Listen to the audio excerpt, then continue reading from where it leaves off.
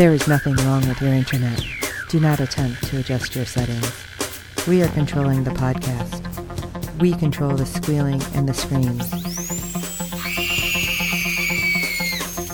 We can make your heart flutter, your eyes blur from tears, or sharpen your mind to crystal clarity.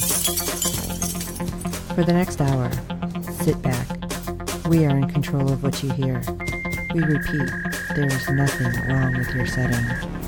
You are about to experience the awe and mystery known as the female mind.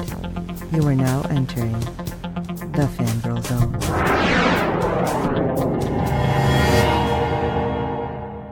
Hello everyone and welcome to SyFy Talk on the Fangirl Zone, a podcast where we discuss shows on the SyFy channel. I'm Sean, Fangirl Ass. And I'm Steve, and tonight we'll be discussing episode 11 of season 3 of The Expanse. You know, last episode felt so much like a finale. It was so weird having another episode. And we have a couple. Yeah. We still have a couple. Yeah. And, like, just tweeting it, I'm like, where's Wes? I mean, like, Wes Chatham, and where's Cass Anvar? Like, they were kind of quiet. Yes. And Miss Tipper as well, because she's tweeting, no, I'm out on the beach for a party. You can ask me stuff, but I can't tweet the episode with you guys. I'm like, what? You're chilling out on a beach? Dang, okay. And then it made me wonder, wait, why? Yeah. Why are you hanging on the beach, girl? But it was a really good episode, and we didn't have a lot of the primary characters in it, though. No, we didn't. We hardly saw them at all. But it was so good. Yes, absolutely it was. Did you get any ratings? Yes, we did. Episode 11 had a 0.18 in adults 18 to 49 with 0.670 million viewers, making it the 49th rated cable show for the day, which was up from the previous week. Well, that's good. I think yes, it's been amazing. I think a lot of people were surprised, like, wait, there's more? Yeah. Of course there is, people. Well, seriously, like that very last scene with Holden, that could have totally been the finale. That would have been a massive cliffhanger to end the season on, yes. Yeah. And that just concerns me even more that we're going to get an even bigger one. Oh, God, yes. All right, why don't you take us into episode 11? All right, Fallen World. Drummer and Ashford find themselves trapped with few options for survival. Anna tends to the wounded masses as Melba continues to hunt down her prey. The Rocinante crew struggles to survive as Naomi reunites with her true family. Crazy Melba. Yeah. Which, I'm just going to throw this out here already. Apparently in the book, because what I was seeing, she's even nuttier. That wouldn't surprise me a bit. It surprised the hell out of me. How can she get crazier? Yeah. Them mouths, man, they kind of flip-flop quite a bit, so. Like singular focus. Yes. You say squirrel loud enough, they're going in the other direction. Oh my gosh. Oh. Well, apparently, last episode took a lot out of Holden. Yeah, because he's still unconscious after completing the circuit at the station. And knocked me the hell out, too. Yeah, his brain is on overload. And of course, when Bobby isn't able to revive him, she makes the command decision that she and her team will take him with them. Well, they do still have their orders, right? Yes, to bring him in for questioning. Bobby's a smart one, though. Yes, she is, because she notices that the bullets they shot were still suspended in the air. And before firing up their rocket boots, she says, let's hold on a second. Let's take a shot through there. Don't hit anything. Because if you do, you're going to end up like the other guy. Right. Oh, and look what this means. Apparently the speed limit has been massively lowered. Yeah. It's like, okay then. Good thing you checked. Yeah. Or they all would have been goo. Yep. Super screwed. So, alright. They figured it out, and Bobby gets them all back to the ship.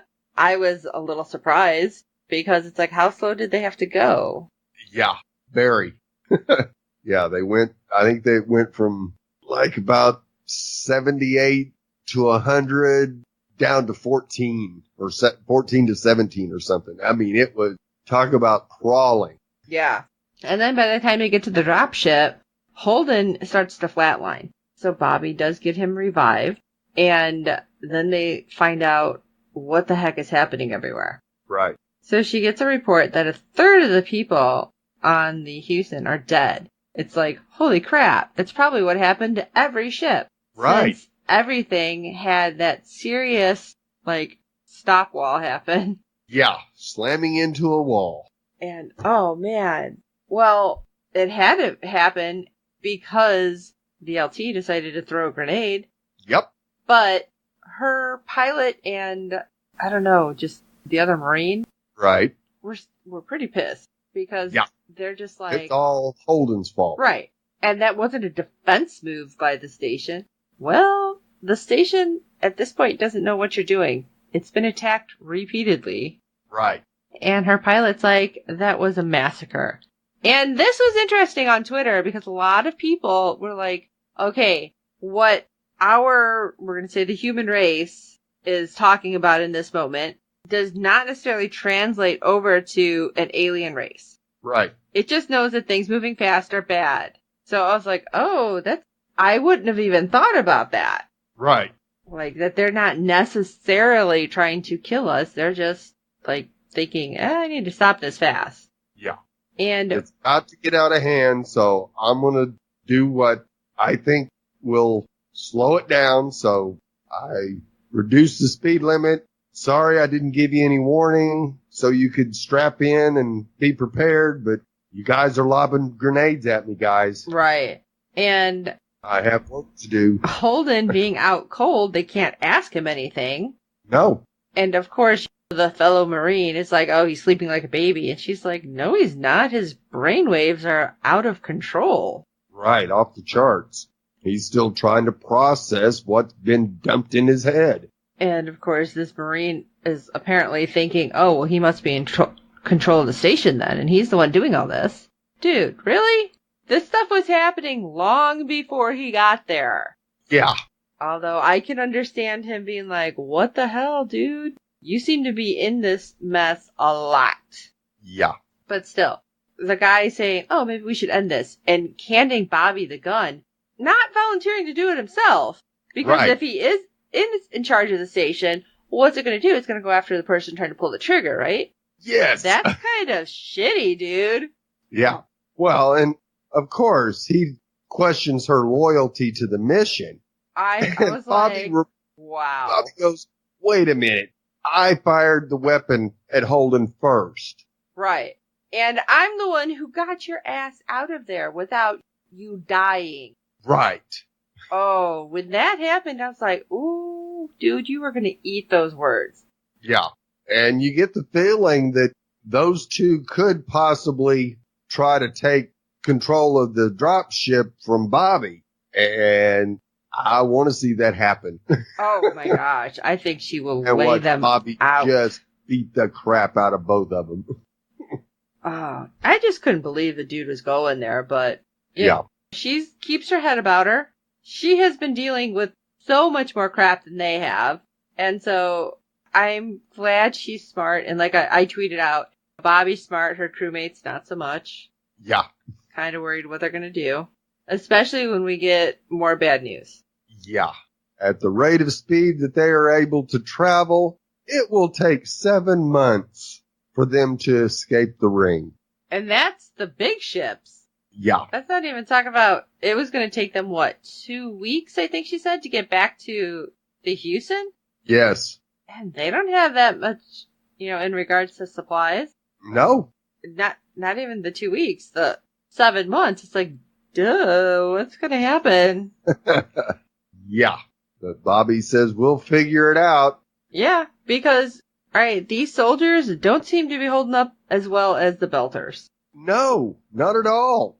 You go, wow, is Bobby just that much badder than everybody else from Mars? Well, like I said, Bobby has been through a lot more than these people have and seen a lot more. Yes. So I'm thinking she just has a better understanding of all the crap. Yep.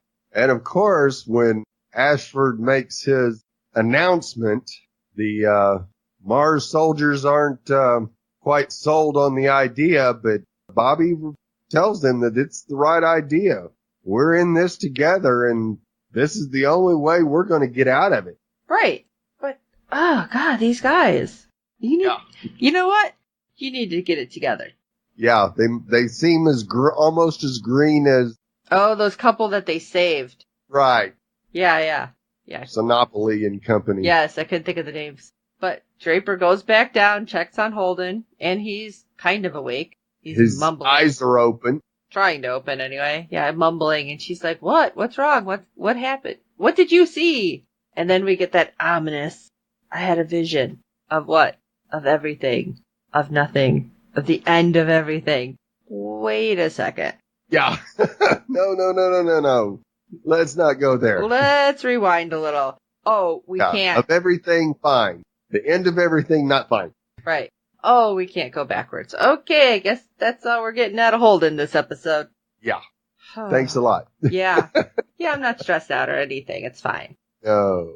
And of course, things are bad aboard the Thomas Prince, but unfortunately for us, lucky for Melba, she didn't get too injured when the deceleration interrupted her attempt to murder Tilly. But a whole lot of people had a lot of different things happen.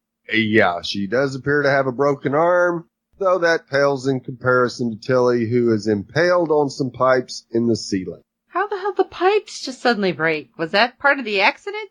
Yeah. I'm calling it an accident because it's like, that's what you think of when a crash happens. Right. Even though it wasn't exactly that. Yep. Apparently that sudden stop caused the pipes to break and threw Tilly right up into it. That was messed up. Big time. And of course, I immediately thought back to how Janelle left Warehouse 13. Went, oh man, not again. You need to quit messing with us, SyFy. Yeah. But Anna emerges from her quarters, basically okay. But I didn't understand what she was doing. All of a sudden she goes for like a first aid kit and then injects herself. But it turns out that she was taking a nap and she had been like strapped into her bed. So that's why she is basically okay. So she must have just been kind of hurting, and I'm guessing that was almost like, here, have some Tylenol. Right. Or it might have been a little something for now being in zero G as well. Oh, okay. I didn't think about that. Yeah. Because she sees dead bodies just floating everywhere. This episode, the special effects people, oh my God, you guys were amazing. Yes, absolutely and amazing. That was tweeted out repeatedly because of all the zero G. And I didn't even think about that. Like when they're talking about what in the triage area, what is going to happen to these people unless they can get gravity back online. Right. And so they brought in like just the visuals and the actual science of it. I was like, I didn't even think about that because you see dead bodies floating, you see blood droplets, which was so weird. And then you see somebody like using a vacuum to suck up the blood droplets. And of course, the nurse or doctor, whoever in charge, who's all bloodied up, explains some of the science to us. Right, because she wants to help. She's actually also a nurse and could actually help. But when she finds out that no, in zero G, wounds can't drain or heal, and internal bleeding is a death sentence. Right. And that's not something I would know.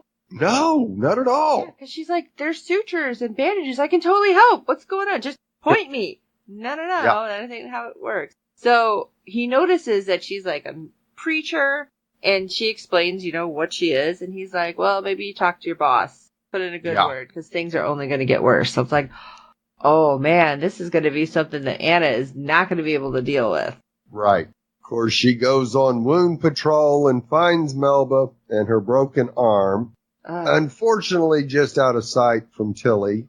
Well, Melba is smart enough to get away from the body so that there's not a question. And Melba gets taken to one of the triage areas, and they're like, all right, well, let's slap this on. It's going to help you heal your broken arm. Yeah. And she's like, well, what happened? Oh, well, massive deceleration. And all the ships are being pulled to the center. And of course, that piques her interest a little. Yes. All ships, you say? That may give me an opportunity to get to the Rossi and take care of my task. You don't even know what is going on out there, lady. No. So, as Anna is in the triage area after taking Melba, she gets interrupted by a communication from a hand terminal from Tilly. She can't really say anything, and she doesn't know what's going on, because obviously if you have pipes sticking out of you, you're not going to be too coherent either. No. But there's a little too much interference, but Anna goes off in search for her. And not 2 seconds later, Melba gets up and walks off as well. And you think, this is not going to end well for Anna. Oh no, I thought she was going right after her to follow her. Yeah. And I was just like, oh no. Oh, this is not, no, don't you dare. And Anna finds Tilly still impaled on the ceiling and calls for help. Oh, this was breaking my heart. Right, because basically Tilly tells her, this is your fault. I don't know if she was, like, necessarily blaming. No, I don't think it was almost like a joking, this is your fault. Right, but yeah, she wouldn't have confronted Melba if Anna wouldn't have said, you should go talk to her. You can do it. Right, because she explains to her that Melba is Clarissa Mao, and she wants to kill Holden. And I think Anna is just kind of dumbstruck at this moment. Oh, absolutely. And then she starts telling her, don't worry, they're coming. You know, you're going to be fine. Oh, God, this hurts so bad. Because, damn you, special effect. Yes. Because she's suspended there, and the tears that she's trying to cry are not coming out, and they're kind of just floating, like, right at her eye. I was like, oh, God. Yeah, they're all just gathering right at the bottom of her eye, and you just go, oh. You're breaking my heart. Yes. And then she looks at her, and she's just like, you're really good at this. Because she just keeps telling Tilly, hang on, they're coming, they're going to fix you up. And Tilly knows the situation, because I'm guessing Tilly has been in 0G before and knows everything, and this was Anna's first time. And then Tilly's gone. And I could not actually tweet this. I was just like, no, go, why? What? Wait. Yeah. Exactly. Plus, I didn't want to spoil it for anybody, but I'm like, why? And I think this is the moment when Anna's like, oh, shit just got real. Yeah. Like, you have this crazy person who wants to kill somebody who's, as far as I know, is the point person for all of this. Right, is a hero. What is going to happen? Yeah. So she goes back to the med bay and finds a wounded soldier that happens to have a weapon and snags it and heads off to try to find Melba. Oh, yeah, and then tells the nurse or whatever, like, oh, you need to tell me where Melba is now. She's like, go find her yourself. Yeah, she flips her comm thing and gives Anna the program on hers. Yeah, it's like, oh, this doesn't seem like this is going to go well. Because I was really afraid for Anna. Exactly. But when she does find her, she's all suited up and about to leave the ship. What? Exactly. I don't understand. Where do you think you're going? And Anna's yelling. James Holden. But Anna yelling at her, the only thing you can do is beg for mercy. We know what you did. And basically there was like a big middle finger because Melba's like, bye, I'm out. Right out the door. Yeah. And somebody pointed this out too, that as the door opened and the air basically got sucked out of that little airlock, Anna's voice kept changing. Like her screams changed because they're not hearing you on the other side is basically what they were pointing out. Right. And I'm just like, what's this little psychopath off to do? Where are you running? And how does nobody notice this? How are the airlocks not like in lockdown? Right. Really? Apparently what I think should be happening with future tech, like basically lock your doors. Right. And not let somebody just get out. Apparently that doesn't happen. No. Or Melba stole some tech from her dad that allows her to just basically hack into anything. Maybe. Yeah, because she's hacked into the Rossi and hacked into the Thomas Prince now. Well, let's go over to the Behemoth. because things look really bad over there. Yeah, Oh. because we see both Drummer and Ashford being pinned between farm equipment. Yep, because you gotta love the Mormons. Yeah. Now, fortunately, Ashford's only pinned, thinking he might have a couple of broken ribs, maybe a punctured lung. In Drummer's case, her leg has been impaled. Yeah. I was like, I don't know how you're not just screaming. Right. But they can't really see each other. They can see each other, but not really well. Right. And like Drummer has to almost turn around, which, hello, you got that piece of equipment through your leg. You're not turning too much. How you're not, when you do it, I don't know how you didn't pass out. I was about to pass out for you. Yeah. And Drummer's pretty good though, because she's like, all right, well, she seems to know about how all the equipment could be used. Right. And it's kind of funny because Ashford's like, oh, don't worry, somebody's going to come looking for you. And she's like, no. I didn't tell anybody because I wanted to get away from my pig-headed first officer. You. Yeah. And just with their back and forth, and I know I tweeted this out, I'm like, oh my god, they're like an old married couple. Yes. And I really liked it, but I was like, okay, are they fighting because they know one of them is going to die? Right. And then I'm like, no, one of them's going to die? Yeah. They can't get the equipment moved because if it goes backwards, it'll crush Ashford. And if it goes forward, Drummer's done. So the only way would be up. Yeah. And of course, going up, all the controls that would actually unlatch it actually have been damaged. So even that's not an option now. But somehow Drummer spots a handheld terminal just floating around And we that they get can it. use to call for help. I'm like, how the hell are you going to use the Force? Yeah. But it was interesting how they were going to attempt this. Right, because they've got one of the piece of equipment's got a mechanical arm on it, so they're going to have to work together. Ashford can control it, but Drummer's the only one that can see it. Yeah, so this is going to take a lot of teamwork. Yeah, and the first attempt fails horribly. True. And the second attempt, oh, he gets it. And I'm like, yes! And then, like, this is where I was questioning. Oh, absolutely. Because she's like, yes, you got it. And, like, he starts to move it, and then his hand, like, he, like, looks at his hand, and then he's like, ah! And he's like, oh, it just short-circuited. And it crushes the glass on the hand terminal. Right. And I was like, okay, did he just do that on purpose? I was thinking the same thing. 'Cause that's what it Even the looked look like. on his face was like it was almost on purpose. Yeah, that's exactly what I thought it was. Yep, I did too. I thought, oh, he is out to take over the ship, and he's just gonna bide his time until Drummer dies. Because I was just thinking, okay, he knows that his wound isn't so bad, but if he waits long enough, she's gonna die. Right. That's what I felt like. Yep, absolutely. So, I don't know, do you think that's what actually happened? Because a lot of people are like, oh no, because why wouldn't he use that then to, if nothing else, crush her? Right.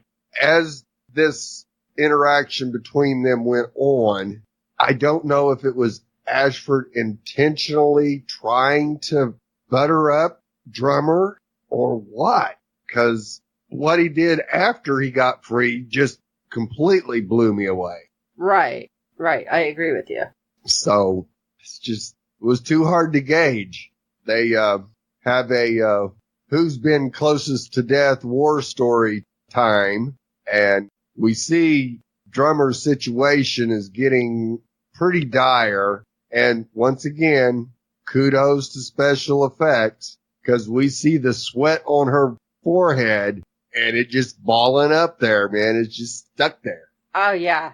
And even like a little bit later when she says something about, how did she say it exactly? Like, the Mormons can't even get rid of day and night. Like they couldn't let go of the planet. Right. And she starts staring off into space. Like, I was like, oh my god, she's getting closer to death, is what I was thinking.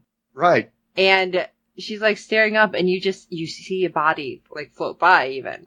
Yep. I was like, oh my God, this is getting like serious. And it's just, that wasn't even something they needed to show because as far as we know, they were alone in that area. Right. And so just the little things like that, and you see other debris kind of float by up there, like way up there. Right. So yeah, special effects, amazing. Of course, Ashford coughs up some blood, and you go, oh. Maybe he is a little more hurt. Yeah, is a little more hurt. Maybe he does have a punctured lung. Yeah. Internal injuries will cause death in 0G. Yes, but Drummer is seriously being the captain. And I don't know if it was so much with what Ashford said to her, where she's like, oh, I didn't want these stupid uniforms. I wanted to be individuals because that's what we are as Belters. And he's like, right. No, we need everybody to see us as equals and as one. Right. And then we can be who we are. And I don't know, like I said, if it was everything that they said back and forth, but she's the singing that they did. Yeah, but she's like, we're not going to both die, basically. Yeah. And jump starts the rig and he's like, what are you doing? What are you doing? And she's like, what I gotta do. Yep. I'm the captain. And I was just like, holy shit, because then she's like, you have your ship. And she like zaps the controls to move it where she's being hurt and he can get free. Rush more and he gets free. And I was kind of surprised because he calls for help for the captain. Right. It's like, all right. So she's still alive is what it looks like. Yes, we see her where it looks like she's still alive. She has not died yet. She's hardcore. She's not giving up. No, she's one tough belter. And when they do this, it's like, all right, well, the only thing he can think of, because they're telling him there's a whole lot of people hurt, a whole lot of people gonna die. Yeah. It's like, well, spin the drum. Because we're the only ones that can have gravity if this works. Right. If this works. Yes. And that was the big if. Because we see that they turn it on and you see like the jets start and it starts to turn. Well, by doing this, they could die, but right. They ended up maintaining or being able to get 1G of gravity. Right. All right, bring all the sick into the drum because now we're going to be able to take care of these people. Right. I don't know really what it was with Ashford either. Do you think part of that was seeing all the blood on the command deck? Probably. It's like, I am going to probably have everybody die otherwise. Right. And he's been in battles before. Right. So, even the story that he told her was one where, yeah, he took a chance and it just happened to work out okay. And so, yeah, he's facing an impossible situation. He's going to probably lose the whole crew unless he tries something just out there. Mm-hmm. So firing up the drum was the only thing that might give them any hope. And of course, when it works, it's his ship. Yeah. I was like, wait a second. Yeah. Because of course he sends out a wideband to all the other ships saying, send your wounded to us. We've got gravity. Way to heal them, and our arms are open. Oh, yeah. Now, first of all, when he's like, Belters embrace you all, it's like, oh, well, you know what? They're going to come out of this, assuming they're all coming out of this. And what are they going to do? They're going to have to report what happened, that the behemoth was the only one that was able to save them. Yep. And if this was meant for a long-term travel, if it's going to take 7 months to get out, they're all going to be on that vessel. Yep. So I was like, oh, okay. Now the belt is going to be the ones that save them all. Right. So that was interesting, but I was a little like, when he said my ship, I'm like, wait, what? Yeah, he didn't say acting captain either. He said, this is the captain of the behemoth. Yeah. I'm like, Drummer, you better pull through. You better pull through. Exactly. Because we're going to need a little smackdown happening, because I have a bad feeling that there's a little Mr. Somebody who's going to be trying to cozy up to get second in command here. Yeah. Diago, in case you were wondering. All right. Yes. Now, of course, Naomi's skiff also goes through the same deceleration. Fortunately, she was buckled in as well, so she's a bit bloodied, but otherwise isn't harmed too badly. Yes, that's good. Yeah, that's very good. But she tries to rev up the ship to go faster, which is a very bad idea. It ends up overloading the system and it catches fire. Really? But another cool special effect. Yes, it was, because it like bubbled. Yes, and she knew exactly what it was going to do, and because it was in slow motion, gave her enough time to get out of the way, get suited up, and open the hatch to extinguish it before it exploded. Yeah, that was super impressive. Yes. And then, of course, she finds a wrench and tosses it out into the goop, and it goes for a few feet and then disappears, and you go, well, hopefully that hasn't changed, because that's the only way Naomi's getting to the Rossi now. Oh, I was wondering what she was doing with that at first. Right. And then I'm like, oh, okay. And she's like, all right, guess I gotta just wiggle my way out of this goop. Yep. And find the Rossi, so. But she does.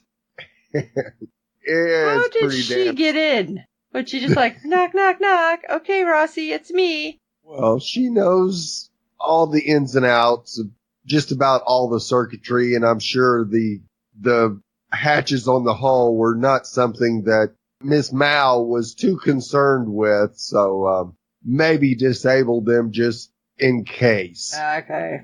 But Naomi gets in the Rossi, and it looks like it's deserted. I was freaking out. I'm yes. like, where's our people? Where's our people? What happened to Alex and Amos? Yeah, there was a lot of, dude, where are you? Guys. Yeah. Guys. And then, perfect shot when she goes down to the mess. Of course it is a mess, but what's floating? The lasagna. I'm like, oh, that's just perfect and sad. Yes. What's going on? I was but like, Alex is alive, fortunately, but deep breath. Yeah. And then when she starts searching, though, tries to explain where's Holden. He's left with Miller. And she's like, what? Yes. Yeah. But I was like, okay, deep breath. Alex is fine. Well, kind of, sort of. Right. And then she goes looking for Amos. And I know I tweet out, I'm like, dude, where are you? Yeah. Because he was just quiet, too, on Twitter. And I'm like, oh, God, what does this mean? Right. And he looks like he had a pretty bad bump on his head as well. Oh, yeah, that was really funny, though. Yeah. When she finally gets him to open his eyes, you changed your hair color. Right, because she's like, Amos, say something, anything. You changed her hair. Thunk out.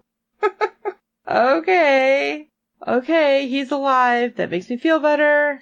So she gets him set up in the med bay, and it looks like Alex may have a broken neck because he's in one of those neck restraints. Right. Or maybe she was just doing it just in case. For safety. Yeah, just in case. Make sure there's nothing broken back there.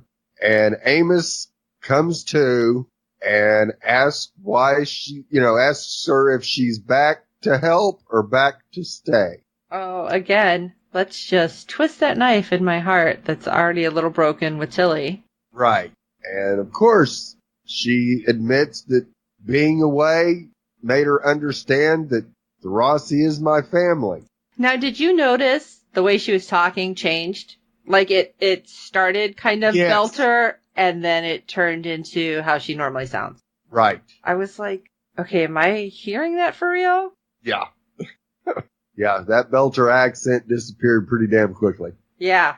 Now, what really hurt was when she said that, Amos turns away from her. So even though she saved them, he still hasn't let it go. Yeah, but then I felt like he kind of did. 'Cause like, it took him a minute, like he needed to think for just that moment. Okay. And then didn't he say, okay? Like he looks back at her and it's like, okay. Yeah, I do think he does say that. So I think it's like, almost like, I'm gonna let you stew. Alright, I'm over it. Because it's Amos at this point. Right.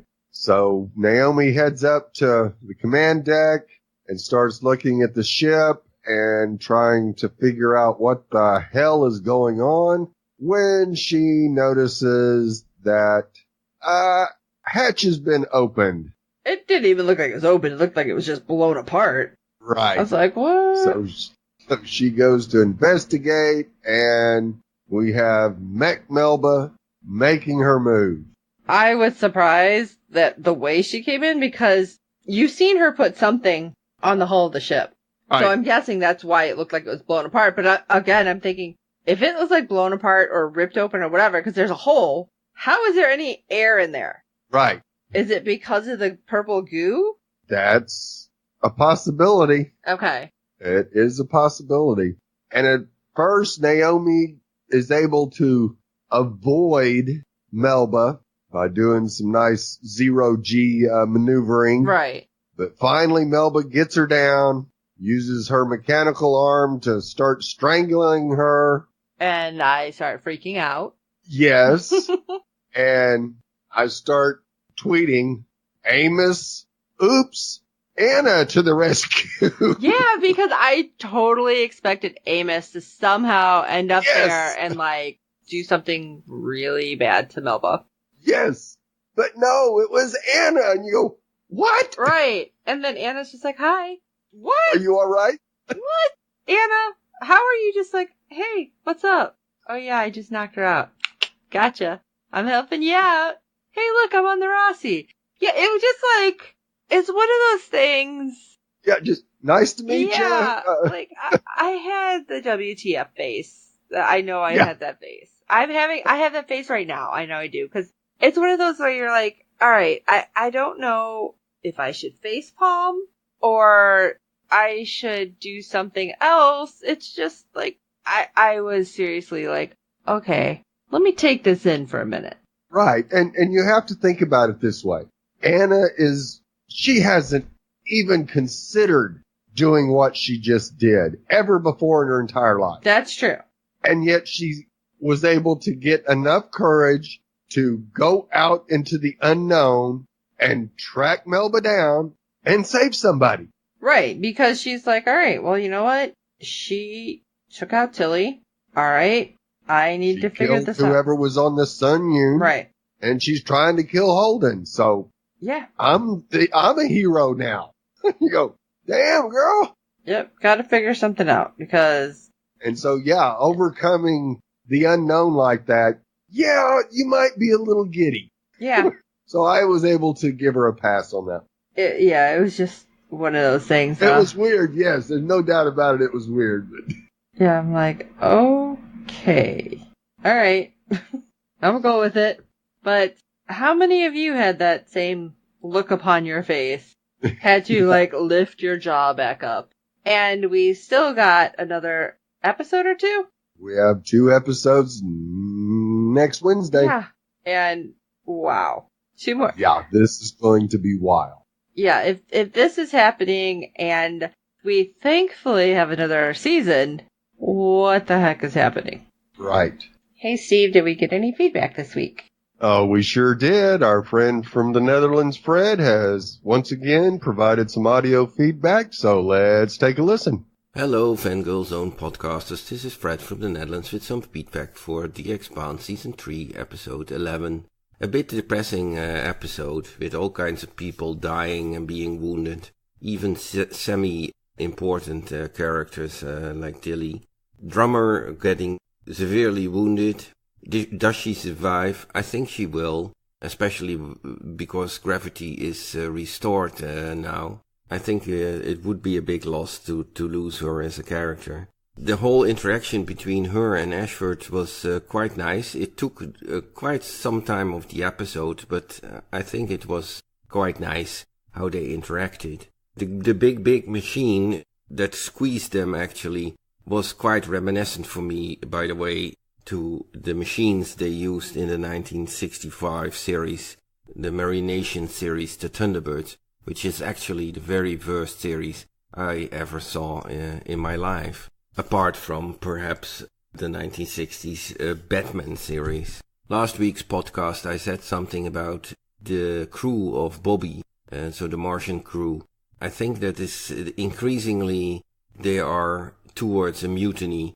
They disagree all orders that Bobby give. This could cause a mutiny, and in that way, perhaps Bobby lands up with Holden back on the Rocinante.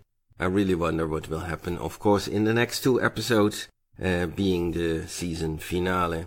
I missed Monica and her cameraman. I especially like Anna Hopkins, so I wonder if they will get back in the season finale, or that they are such minor characters that we won't see them back again. One other thing I'm expecting for the finale is that we will see something of Earth back. Would be strange if Earth is getting out of the picture completely from now on. So where is Avazerla? What is she doing? One nitpick. Anna stated that she has no zero gravity experience, but she does get a suit and flies towards the Rocinante. It's quite unlikely. Okay, that was all for this episode. I will send you a picture of a comparison between the big machines in the cargo bay of the Behemoth and a picture of one of the Thunderbird's vehicles. Okay, greetings. You can place that on the website or on the Facebook site if you like. Greetings, all the best, Fred from the Netherlands. Yeah, we're right there with you, Fred, with being depressed about what happened to Tilly. That was tragic. And, of course, Drummer, yeah, being impaled in the leg might be survivable if they were not in a 0G situation. So hopefully they'll be able to get her back on her feet after all this is over with. Yeah, hopefully we'll see what happens. And a nice callback to the Thunderbird series of the 60s with the farm equipment looking similar to the equipment that they used. For those of you who do not know, it was a British sci-fi series from 64 to 66. Using a form of electronic marionette puppetry combined with scale model special effects sequences. So here in the U.S., if you were able to catch any of that, it was probably on your local PBS station. And then they did a old reboot. Doctor Who's. Yeah. They did a reboot, and it was so cheesy. And they purposely made it cheesy at that point. Yeah, it got extremely cheesy with the reboot. And once again, we definitely agree with you that Bobby's crew is going to be trouble. Oh, aggravating. It's like, listen to your superior officer. Maybe she knows some stuff. Listen, yeah. But, I mean, if everything comes down to it, I'm cool with her back in the Rossi. Very true. And, yeah, we did miss Monica. Not Anna. Well, she's Anna. Yeah. Anna Banana. Because if you like her, make sure you check her out on Killjoys this season. Oh, yeah. And, we kind of hope we're going to get to see Avasarala back on Earth in the finales, but kind of never know. She's kind of taken a back seat here in the last few episodes. I know, and I really want her because, I don't know, her snark is amazing. I'm wondering if she has a movie or something coming out. Maybe that's why she wasn't on so much. Yeah, it's possible, I guess. I haven't seen anything, but yeah, there's got to be some reason because we need our Avasarala fixes badly. And the one only nitpick was definitely understandable. We discussed that in length and basically gave it a hand wave that she knew she had to do something. And it was basically, from my perspective, is she just overcame her fear and just did it. That's got to be the only thing. I mean, when we talked about it, I know it was just like, what's going on? But at this point, we kind of roll with everything that happens and just assume we may have missed something off screen anyway. Right. Well, once again, Fred, thanks for your feedback, and we are looking forward to your feedback for this 2-episode finale coming up. Thanks, Fred. Well, why don't you send us your feedback? Send us an email at SyFy Talk, that's SYFY, talk, obviously, at fangirlzone.com, and we will read it like we do with Fred's. Or you can go to our website, www.fangirlzone.com, And we have the contact links there, so you can send us a message through Twitter or Facebook. And I don't think you can do it on Instagram. You can like our pictures, but check out the website too. You can send us messages on our comments there, and of course through YouTube as well. While you're at it, if you can rate and review us on iTunes and any other platform you're finding us on, because good ratings and reviews help other fans of the show find us. Tell your friends. We do hope you're enjoying the podcast. So, wow, with this episode, I'm Sean Fangirl S. And I'm Steve. We're all in this shit together, and this is the only way we're going to get out of it. And until next time.